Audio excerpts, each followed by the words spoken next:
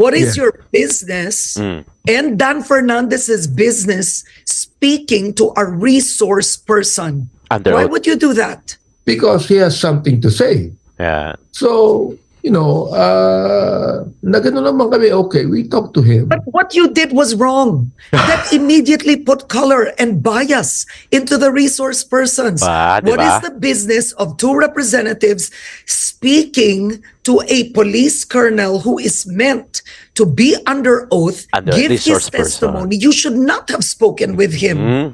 Tunay na balita, walang kinakampihan, sumasalamin sa katotohanan lamang. Pag-usapan natin to.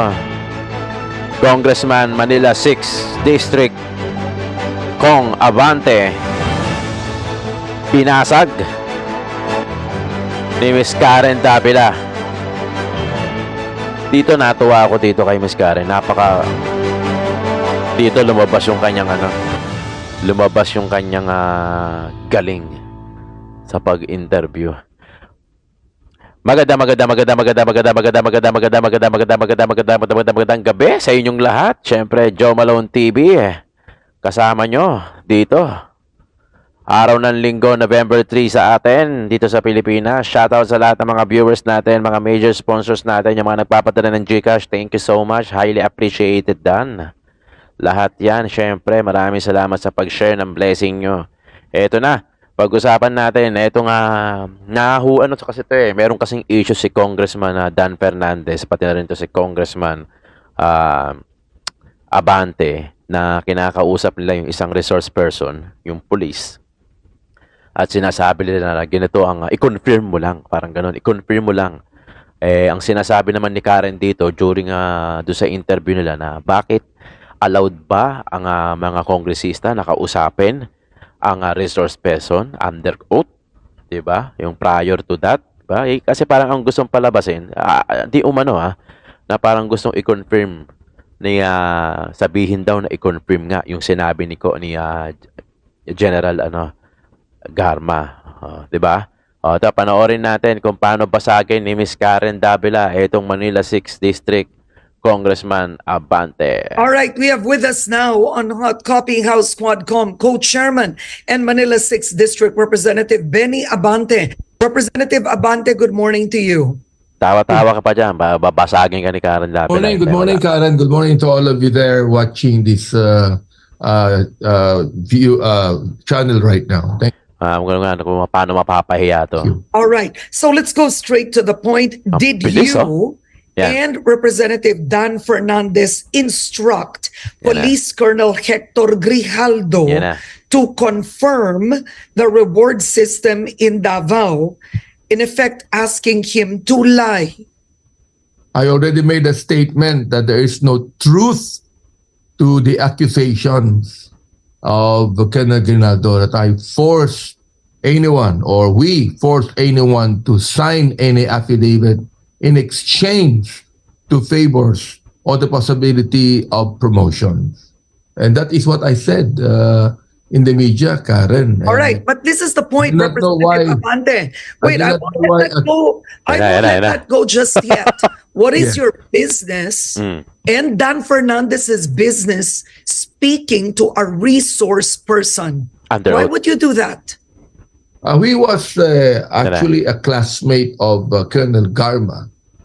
And Colonel Garma asked us if we can talk to Colonel Grijaldo because he has something to say. Yeah. So, na gano'n naman kami, okay, we talk to him. But what you did was wrong. That immediately put color and bias into the resource persons. Ba, What diba? is the business of two representatives speaking to a police colonel who is meant to be under oath, Under give his resource person. testimony? You should not have spoken with him. Di ba? No, he was not out under oath in the Senate, yes.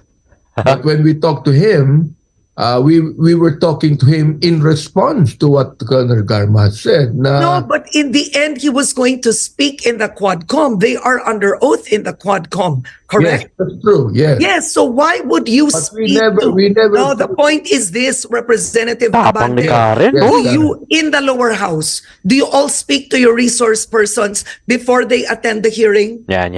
Not necessarily, but in a way in Is which that the practice sometimes- in the lower sometimes, house? Karen, I Is still it the practice in still the lower I'm still house that talking. you speak? Kakasagutan na eh. Sometimes. Teka lang po, Chay, ipopost ko, nag-aaway eh. Papost muna natin, nag-aaway. Grabe yung tapang ni Miss Karen, no? Grabe, no? Diba? Kakausapin mo yung resource person under oath. These resource persons would request us to talk to them privately. Wow. So we give them some time so we could be able to talk to them privately. But the thing is this, forcing anyone to make an affidavit that will tell them, that will speak lies to them. We don't do that. You see? Okay, but he did not say you forced him to make an affidavit. This was his testimony in the Senate. Number one, he said first that Congressman Dan Fernandez put the paper he was holding in the table at sinabi, yung paragraph na yun, no, yun ang affidavit ni Ni Garma. Colonel Garma. Sinabi niya, ikumpirma mo na alam mo ang reward system. In other words, it appears that you were not objective, both of you, that you were in effect influencing a resource person to No, we're not. corroborate Garma's testimony. No, we're not. Accusation niya. We're not influencing him. We're Okay. we're just asking him because it was Colonel Garma who actually told us, "Can you please talk to Colonel Grad because he's my classmate." Regardless, He has this is not something the to say. point. The Dapat. thing is this, I think it's Okay, this. Okay. But the point is, did you Nag-aaway speak to a resource person, two representatives, a resource person in private without his lawyer? Did you do that? Yan. No, there were two lawyers there.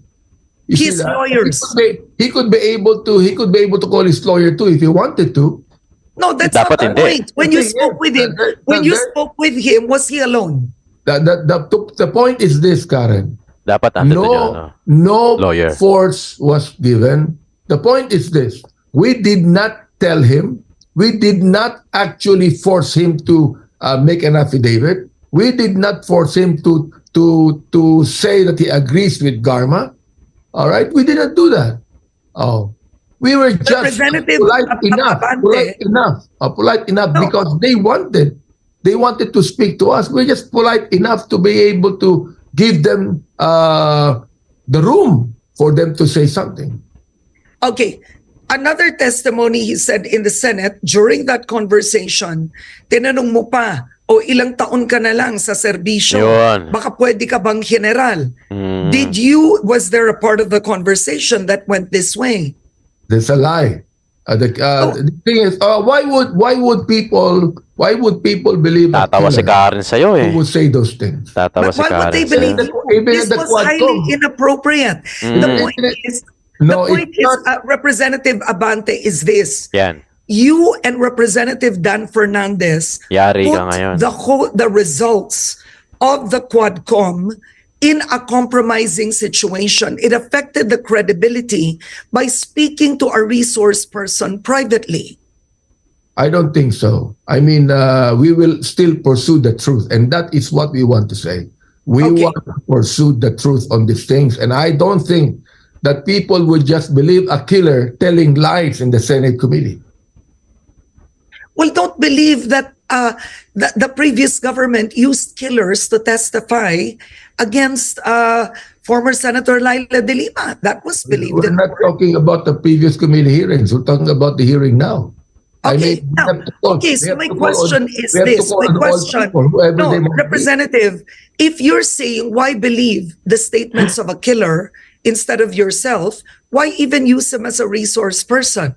If that's your argument, Yes. you said he's a killer, he shouldn't be believed. So why believe him in the Quad Committee hearing? We would like to find out the truth. Why is it that Colonel Garma changed their statement? Why is it that Colonel Leonardo said that there is still a reward system? I mean, we would like to ferret out the truth. Okay. Now I just said, okay, why would anyone believe a killer? But in our Quadcom meeting, we invite everyone, we invite all the witnesses that would tell us the truth on this. Now, if they will not tell the truth, they will still lie. It's up to them. We are here to investigate. We are not here to lie.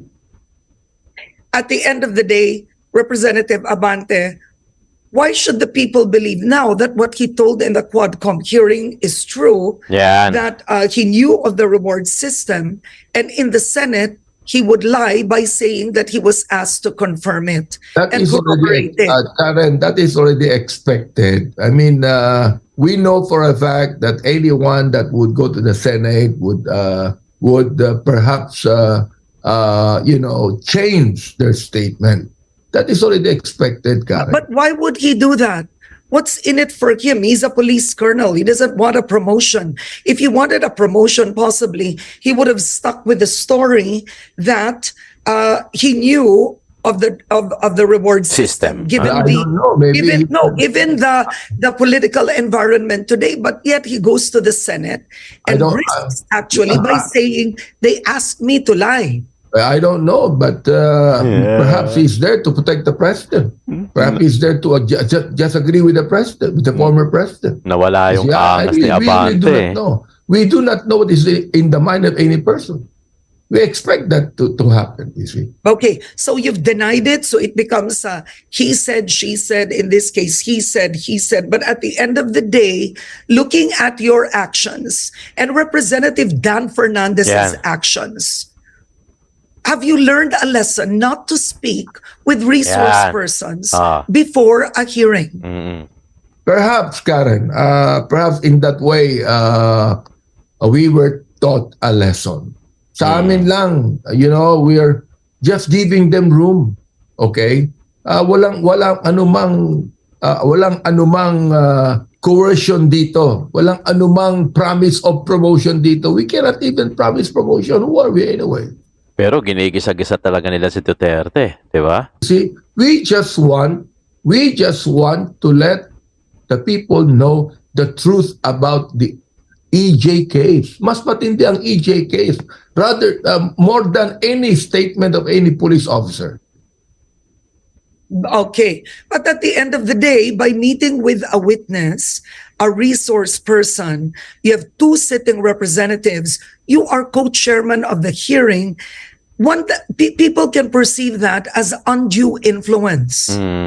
That's subtle pressure. I don't think so. That could be perceived as subtle pressure, influence. Remember, you are co-chairman of that committee. Correct. Perhaps some people would perceive that, but most people will not. You know, I'm the chairman of the Committee on Human Rights, and we would like to find out. You see that? Even in a personal way. Kung halimbawa, nakiusap yung isang resource person, pwede bang makausap kayo muna? So, we give way. We give way. What is wrong with that? You see that? We give way. Because he would like to know the truth of the matter. But then, magkakaroon ng pagkakaiba ng statement niya. Well, it's up to him. It's up to him. You see that? Kami lang, ang amin lang attitude is that hindi naman kami matigas. Malambot din kami na nais namin na malaman ang katotohanan. Kung yung taong yan, nais niya, pwede ba kayong makausap? So why not? Oo. But coercing a person. But Representative Dan Fernandez was there with you. Representative Dan Fernandez was there with you, right? Yeah. And Colonel Grijaldo's statement was firm. Sinabi niya, he put the paper, he was holding on the table. I believe he said this in Filipino, and he said, this is the statement you'll say. Tinuturo niya yung paragraph. This is Colonel Garma's supplemental affidavit. Just say you know the reward system. Ikumpirma mo lang. Kumpirma mo to. Hawak yung papel. Why would he invent that story? Correct. Who invented, Karen? We didn't. Why would Grijaldo invent that story? Okay. Well, I don't know about him. Perhaps you could be able to ask him, why would he invent that kind of a story? See? He might be protecting someone else. No, so you're saying Dan Fernandez did not do that? See, he is one of those that knew the killing of General Barayuga. Now, I do not know if anyone would just look at his statement. He was one of those that are accused in the killing of Barayuga. Yun dapat ang sinabi niya. I was not part of the killing of Barayuga. What he has said, you see? And the thing is this, kawawa naman si Colonel Garma. Colonel Garma has a change of heart. She had reflection and she said, I now would like to say the truth because the truth shall set me free. Ang nais lamang ni Colonel Garma is that perhaps you can talk to Colonel Ginaldo. He has Bigla kayo naawa kay kay Colonel Garma, pero isa rin niya sa mga ginigisa-gisa nyo, di ba? a lot of things to say. But all of a sudden, he had nothing to say but go against the statement of Colonel Garma. But that's what I'm trying to say. That's what a resource person is. It depends, it's a matter of, by looking for the truth, we can't influence them to speak one way or the other. Because now Tama. he claims, this is what he's Karen. saying. I mean, this is what he's saying in the Senate, that at first he refused Dan Fernandez, right? Sinabi niya wala siyang alam sa reward scheme. Tapos, kinausap mo siya pagkatapos, tas dito mo na parang, Yeah. this is where undue influence could be perceived or pressure. Sinabi mo daw, tinanong mo, ilang taon ka pa? Ilang taon ka pa ba sa PNP? Sabi niya, I still have 4 years before my retirement. Sinabi mo, you can still become a general. Doon niya sinabing, I'm content with my rank. Well, Kumbaga, it means if you say something it is that his point. is pleasing Mine. to this administration, ganun ang dating, is baka maging general ka pa. Well, talagang mangyayari yan, Karen. I mean, people will always try to excuse themselves or give reasons para baka wala sila sa investigasyon, para hindi na maimbitahan yan, para, para bang, any investigation in the Senate or the House, hindi naman nakakatuwa yan sa kanila eh. All right? So they will do everything they can to excuse. But I think there's a lesson here for two representatives. It's the issue of propriety and being beyond reproach. We ask our judges, we ask Supreme Court judges to be beyond reproach. Not a hint, right? Not a hint of impropriety. So next time, Yan. what Napagalitan pa. will change in how the Quad Committee holds its hearings? We are not a court, Karen. We are a committee in Congress. And we are just there to investigate and to ferret out the truth so we could be able to craft more laws to prevent those things happening again. You see? So we're not the court. Yeah, you're not the court, but We're not there investigators, to prosecute. investigators are also expected to be Yes, beyond but we're not there bias to or prosecute. interest. We're not there to prosecute. It is up to the DOJ or the NBI to prosecute whatever they might say. You see that? I mean, ano magagawa namin kung magsisinungaling yan? No, Ano but you don't wala know tayong anymore. magagawa. The problem now is the public doesn't know saan siya nagsinungaling. Sa Ah. inyo or sa Senate. Technically, he recanted his testimony in the Quadcom. That's what he did. He Correct. recanted his testimony in the Quadcom by saying that in the Senate. That would be true. The thing is this, Karen, no? Nakikita namin kahit sa Quadcom, under oath na yung mga witnesses, nagsisinungaling pa eh. Under oath na nagsisinungaling pa sila eh. Marami yan, marami. Nakikita po namin yan. O meron kayong mga ebidensya. But they still lie. Oo. Bakit? Because they know it's not the court. Oh, they can say anything they want to say. Oo. It might even be, for example, like perjurious or what it is. But they still lie. So anong gagawin namin doon? But we are still here. We are still counting that one day, these people like Colonel Garma will have a Well, you can file for perjury if they lie. You can file for contempt if they lie. We can contempt They us. are under oath. And that's the reason why we contempt them. Okay, but the issue at the end Basag is this. You will deny it. He insists on it. Dan Fernandez has denied it. But in the end, how will you proceed with future hearings of the Quadcom? We will still proceed, Karen, whatever happened. You know, we know that in a way, mangyayari itong mga bagay na ito. But will you now not talk to resource persons It will Yun ang not- before the dapat. hearing? Perhaps, Karen, Yun ang dapat. perhaps we have learned something here that we must do. Never talk to a resource person in private. Kasi tatandaan nyo, yung si Cassandra, ika-text pa nga ni, ni Congressman Dan Fernandez. 'Di ba may mga doon sa issue ni Cassandra Leong, 'di ba nga may times pa na kausap ni Congressman Dan Fernandez sa text si Cassandra Leong. Ay si Sandra Leong. Sandra See that? Leong. Perhaps that is what we must do. You see? Yun ang dapat. Oo. We're learning the ropes, Karen. I mean, we're not perfect people. You know, we can do some mistakes sometimes, but the thing is this. Nakita namin, hindi pala maganda yung pagbigyan mo yung tao na gusto makiusap, nakausapin kami. Sabihin na lang namin, okay, humarap ka na lang doon sa Quadcom hearing. Sabihin mo na lang gusto mong sabihin doon. Alright? So, perhaps in that way, Karen, you're right. All right. On that note, sir, thank you so much for joining me today. We'll be watching.